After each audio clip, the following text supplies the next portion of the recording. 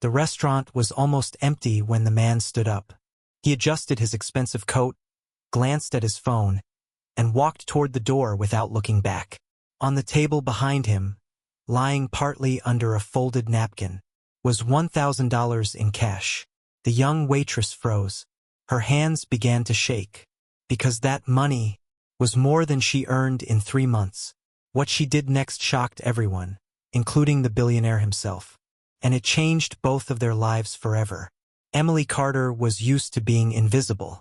At just 22 years old, she worked double shifts at a small roadside restaurant called Harper's Diner, tucked between a gas station and an old motel. Most customers never learned her name. To them, she was just Miss Waitress. Hey you. She lived in a one-room apartment with peeling paint, a broken heater, and a window that wouldn't close properly. Every night, she counted her tips carefully.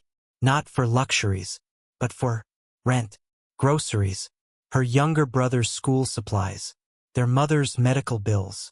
Life had taught Emily one thing early: if you don't work, you don't eat. And even when you work, sometimes you still don't. That evening, the diner door opened just as rain started pouring outside. In walked a man who didn't belong there. Perfectly tailored suit, polished leather shoes, a watch that probably cost more than the diner itself. He sat alone at a corner table. Emily noticed how the other customers stared. She approached him with a polite smile. "Good evening, sir. What can I get you?" The man barely looked up. "Black coffee, steak, medium rare." His voice was calm, controlled, powerful. Emily nodded and walked away. She had no idea she was serving Daniel Whitmore, one of the youngest billionaires in the country. Daniel Whitmore wasn't in the mood for luxury. That morning, his company's board meeting had turned ugly. A trusted partner had betrayed him. A massive deal had collapsed. Reporters were circling like vultures. For the first time in years, Daniel felt tired. Not physically, but emotionally. He drove for hours without direction, until hunger brought him to Harper's Diner. He didn't want attention. He just wanted silence. When Emily brought his food, she noticed something strange. The steak wasn't cooked properly. She hesitated. Most rich customers complained loudly, but Daniel said nothing. Still, Emily noticed his untouched plate. "Sir, would you like me to fix that for you?" Daniel looked up, surprised. "Yes, please." She replaced the meal quickly.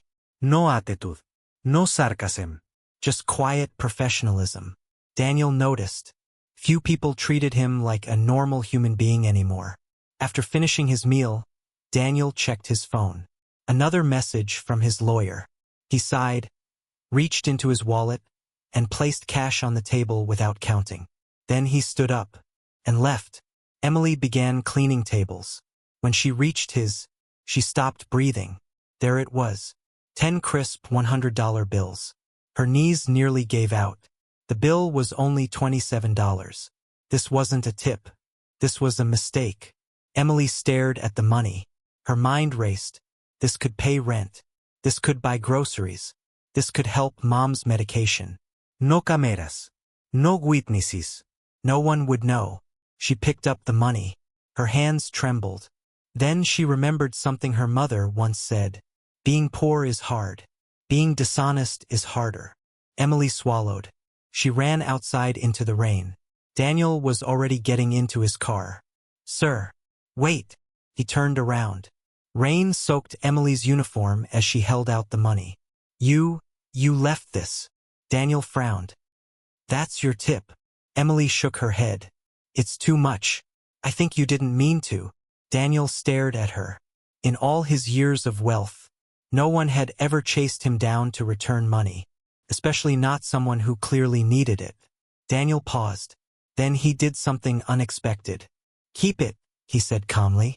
Emily didn't move. "I can't," she replied. "It's not mine." The rain fell harder. Daniel studied her face. No greed. No fear. Just honesty. Slowly he smiled. "Why?" Daniel asked. Emily hesitated. "Because if I take what isn't mine, I lose who I am." Those words hit Daniel harder than any business loss. He had built an empire. But how much integrity had he lost along the way? The next day, Daniel returned to Harper's diner. Emily froze when she saw him. Was she in trouble? He sat at the same table.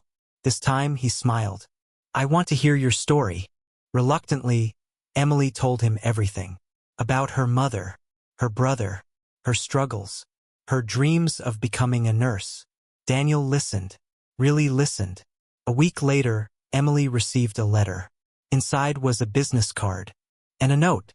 Honesty deserves opportunity. Daniel had arranged a scholarship for nursing school, medical support for her mother, a part-time job at one of his foundation hospitals. Emily cried. Someone at the diner had recorded the rain moment. The video went viral. Headlines read, "Poor waitress returns $1,000 to billionaire.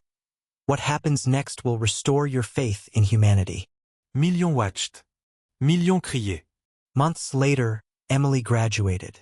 Daniel attended, not as a billionaire, but as a proud supporter. He later admitted in an interview, "That $1,000 mistake was the best investment of my life." Ending message. In a world where greed is easy, honesty is rare, and sometimes, doing the right thing doesn't just change your life, it changes someone else's too.